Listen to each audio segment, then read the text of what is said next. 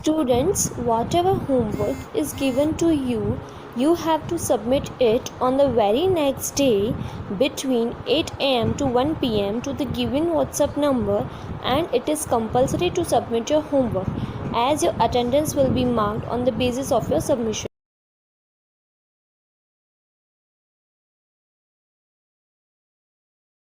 नमस्ते बच्चों, आज हम पढ़ेंगे कक्षा 8 का पाठ 15 गोपी चपरासी।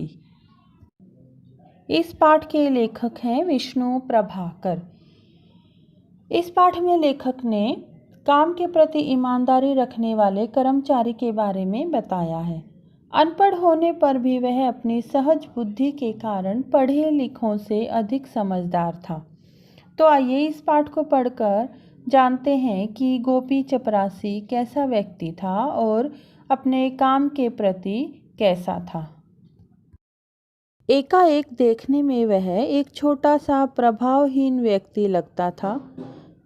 गेहुआ रंग, नाटा छरहरा बदन, पतला मुख, मिची मिची आँखें, बिल्ली की सी मूछें, वाचाल और क्रियाशील। इस क्षण इधर ऊँग रहा है तो उस क्षण उधर दौड़ रहा है। घुटनों तक धोती, बदन पर कमीज, कंधे पर गमछा।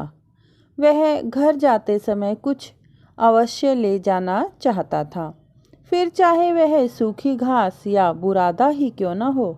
इसमें गोपी चपरासी के बारे में बताया गया है कि वह देखने में एक प्रभावहीन व्यक्ति लगता था। प्रभावहीन यानी जिसका किसी पर कोई प्रभाव ना पड़े, यानी वो बहुत ही ऐसा स्टैंडर्ड नहीं लगता था। गेहुआ रंग था। गेहुआ रंग यानी ना तो गोरा और ना ही काला, गेहुआ रंग। नाटा छरहरा बदन। नाटा यानी छोटा और पतला शरीर था उसका। पतला सा मुंह था। मिची मिची आँखें यानी छोटी छोटी आँखें थी। बिल्ली जैसी उसकी मूछें थी। वाचाल और क्रियाशील। वाचाल यानी अधिक बोलने वाला, क्रियाशील यानी कार्य में लगे रहने वाला। वो अधिक बोलने वाला था लेकिन अपने काम में हमेशा लगा रहता था। एक तरफ देखे तो एक ही पल में वह इधर ऊँग रहा है यानी इधर सो रहा है, तो दूसरे ही पल वह उधर दौड़ भी रहा है। घुटनों तक की उसकी धोती होती थी, बदन पर कमीज यानी शर्ट, कंधे पर गमछा। गमछा या बदन पोंछने वाला कपड़ा, यानी जो कंधे पर एक कपड़ा रखते हैं ना बदन मुंह पोंछने के लिए, वो हमेशा उसके कंधे पर एक कपड़ा टंगा रहता था। वह घर जाते समय कुछ न कुछ अवश्य ले जाना चाहता था, फिर चाहे वह सूखी घास या बुरादा ही क्यों न हो। वह सोचता था कि घर जाते समय मुझे कुछ ना कुछ तो लेकर जाना ही है, फिर वह सूखी घास ही क्यों न लेके जाए या लकड़ी का बुरादा ही क्यों न लेके जाए, लेकिन वह लेके ज़रूर जाता था। हाथ में वह एक लकड़ी जरूर रखता क्योंकि उसे कुत्तों का डर रहता था। स्वभाव में एक विशेष दृढ़ता, अक्खड़पन और मस्ती झलकती थी। चाहे कोई भी हो, दबना तो उसने कभी सीखा ही न था। उसे हमेशा कुत्तों से डर लगता था, इसीलिए वह हमेशा अपने हाथ में एक लकड़ी रखता था। स्वभाव में विशेष दृढ़ता यानी वह बहुत अपने निश्चय में दृढ़ था, जो उसने सोच लिया वह उसे करना ही था। अक्खड़पन और मस्ती झलकती थी, यानी कि वह बहुत मस्ती वाला था, और अक्खड़पन यानी अकड़ में रहता था। चाहे कोई भी हो, उसे किसी से भी दबना नहीं है, यानी कि वह किसी से भी डरता नहीं था, फिर चाहे उसके सामने कोई भी आ जाए। पुलिस से उसका पुराना रिश्ता था। हर छोटे बड़े अपराध के संबंध में उसकी पेशी होती, फिर प्रमाण के अभाव में छोड़ दिया जाता। चपरासी जब मिल बैठकर बातें करते तो चुटकी लेने के लिए कभी कभार कोई उसके घास पात चुराकर काटने का जिक्र कर ही डालता। गोपी अपनी ठेठ प्रांतीय भाषा में कहता, हाँ ले जाता हूँ, इसमें छिपाने की कौन सी बात है। देख लो इन बाबुओं को, रोज जेब भर भर कर ले जाते हैं। फिर घास पात तो कुदरत की देन है, सब चुप रह जाते, कौन उसके मुंह लगे।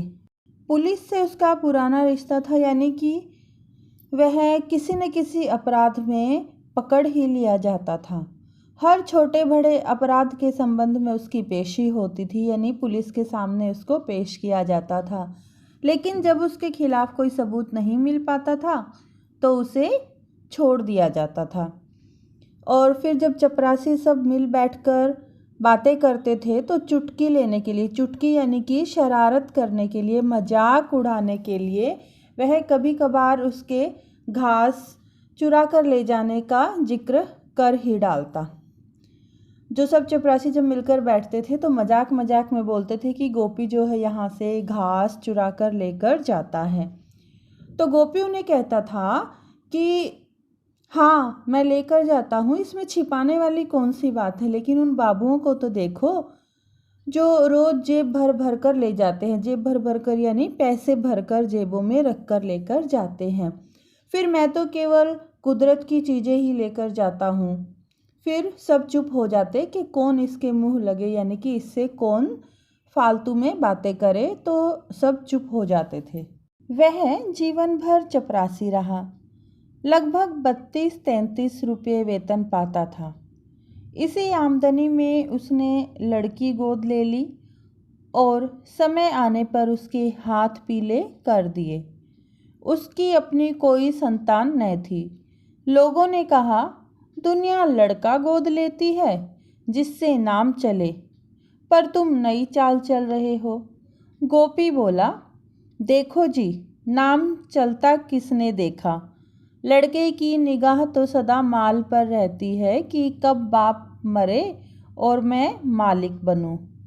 और लड़की तो सदा यही मानती रहेगी कि मेरा बाप जितनी देर बैठा रहे उतना ही अच्छा। वह जीवन भर चपरासी ही रहा, यानी चपरासी की जॉब पे लगा था और हमेशा चपरासी ही रहा। वह लगभग 32-33 रुपये वेतन पाता था, यानी 32-33 रुपये वेतन यानी सैलरी थी उसकी। 32-33 रुपये उसकी सैलरी थी। और इतनी ही सैलरी में उसने एक लड़की गोद ले ली। उसकी अपनी कोई भी संतान नहीं थी, तो उसने एक लड़की गोद ली और उसके हाथ पीले कर दिए, यानी उसकी शादी कर दी। लोगों ने कहा कि दुनिया तो लड़का गोद लेती है जिससे नाम चले, और तुम तो एक नई चाल चल रहे हो। लोगों ने उससे कहा कि दुनिया लड़का गोद ले लेती है और तुम तो एक नई चाल चल रहे हो कि तुमने लड़की को गोद लिया है। गोपी फिर उन लोगों से कहता है कि देखो जी, नाम चलता हुआ किसने देखा है। लड़के तो हमेशा यही सोचते हैं कि कब मेरा बाप मरे और कब मैं इसकी जायदाद का मालिक बनूं। फिर लोग कहते हैं कि और लड़की। फिर गोपी चपरासी बोलता है कि लड़की तो सदा यही मानती रहेगी कि मेरा बाप जितनी देर बैठा रहे उतना ही अच्छा है। यानी कि लड़की कभी भी अपने बाप के बारे में यह नहीं सोचती कि वह कब मरेगा और कब मुझे उसकी पूरी जायदाद मिलेगी। तो लड़की हमेशा अपने बाप की सलामती के लिए ही सोचती रहती है। उसके तर्क मौलिक होते थे। एक बार एक ठेकेदार ने चने का ठेका लिया था। जब ठेकेदार ने खेत में चनों के ढेर लगवा दिए, तब कर्नल पूरी टोली के साथ खुद जांच करने आया। वह ढेर के चारों तरफ घूमा, फिर घोड़ा रोककर बोला, हमने चना मांगा था, यह कूड़ा नहीं। हम यह माल नहीं लेगा। गोपी चपरासी के तर्क हमेशा मौलिक होते थे। तर्क यानी विचार, जो सामने वाले के सामने अपनी बातें रखता था वह हमेशा मौलिक यानी वास्तविक होते थे। यानी कि वह जो सामने वाले को जो अपनी सोच बताता था, जो बात कहता था, वह सही होती थी। एक बार एक ठेकेदार ने चने का ठेका लिया था, तो उसने अपने खेत में चनों के ढेर लगवा दिए थे। अब उन चनों को खरीदने के लिए, उनकी जांच के लिए कर्नल की पूरी टोली वहां पर आई और उस चने के ढेर के चारों तरफ घूमने लगे। फिर घोड़ा रोककर कर्नल बोला कि हमने चना मांगा था, यह कूड़ा नहीं, हम यह माल नहीं लेगा। सब हैरान रह गए, किसी को भी माल के अस्वीकृत होने का संदेह न था। कर्नल ने फलियों को बूढ़े ठेकेदार की नाक के पास ले जाकर कहा, हम पूछता है यह सब क्या है। अब जब कर्नल ने कहा कि मैं यह चने नहीं लूँगा तो सबके सब हैरान हो गए। किसी को भी यह उम्मीद नहीं थी कि कर्नल जो है इस माल को अस्वीकृत कर देगा, यानी कि ले जाने से खरीदने से मना कर देगा। कर्नल ने फलियों को बूढ़े ठेकेदार की नाक के पास ले जाकर कहा कि मैं यह पूछता हूँ कि यह सब क्या है। कर्नल की कड़क आवाज़ से बूढ़ा ठेकेदार काँप गया। तभी सहसा गोपी बोल उठा, सरकार, यह चने की माँ है। अब जैसे कर्नल ने तेज आवाज़ में उस बूढ़े ठेकेदार से पूछा कि यह क्या है, तब कर्नल की कड़क आवाज़ से बूढ़ा ठेकेदार जो था वह डर के मारे काँप गया। फिर जब वह काँप गया तो तभी गोपी ने अचानक कहा कि सरकार, यह चने की माँ है। कर्नल ठहाका मारकर हंस पड़ा। ठीक ठीक, तुम ठीक बोला। यह कहकर वह आगे बढ़ गया और बूढ़े ठेकेदार का काम बन गया। जब गोपी चपरासी ने कर्नल से कहा है कि यह चने की माँ है तो कर्नल जो है वह ज़ोर ज़ोर से हंसने लगा और बोला कि तुम ठीक बोल रहे हो। यह कहकर वह कर्नल आगे बढ़ गया और बूढ़े ठेकेदार का काम बन गया। अक्षर ज्ञान से आदमी पढ़ा लिखा माना जाता है, पर सहज ज्ञान से आदमी बुद्धिमान बनता है।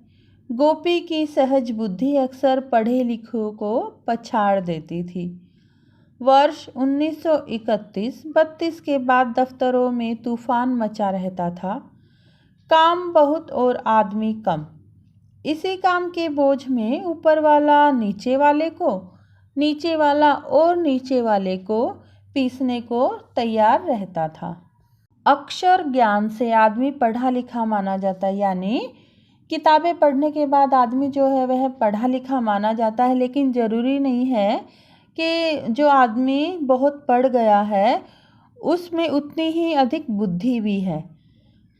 सहज बुद्धि से आदमी बुद्धिमान बनता है, यानी कि जो सोच समझकर जो काम करता है वह इंसान बुद्धिमान माना जाता है।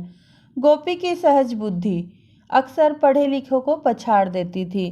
गोपी जो था वो इस तरह अपनी बुद्धि से काम लेता था कि पढ़े लिखे लोग भी उससे पीछे रह जाते थे। अब सन 1931-32 की बात है कि उस समय दफ्तरों में तूफान मचा रहता था। काम बहुत और आदमी कम होते थे। इसी काम के बोझ में वो जो थे ऊपर वाला जो है अपने से नीचे वाले को और नीचे वाला अपने से और नीचे वाले को हमेशा पीसने को तैयार रहता था, यानी कि जब ऊपर वाले को डांट पड़ती थी तो वह अपने से नीचे वाले को डांटता था और उसको डांट पड़ती थी तो वह अपने से नीचे वाले को डांटता था।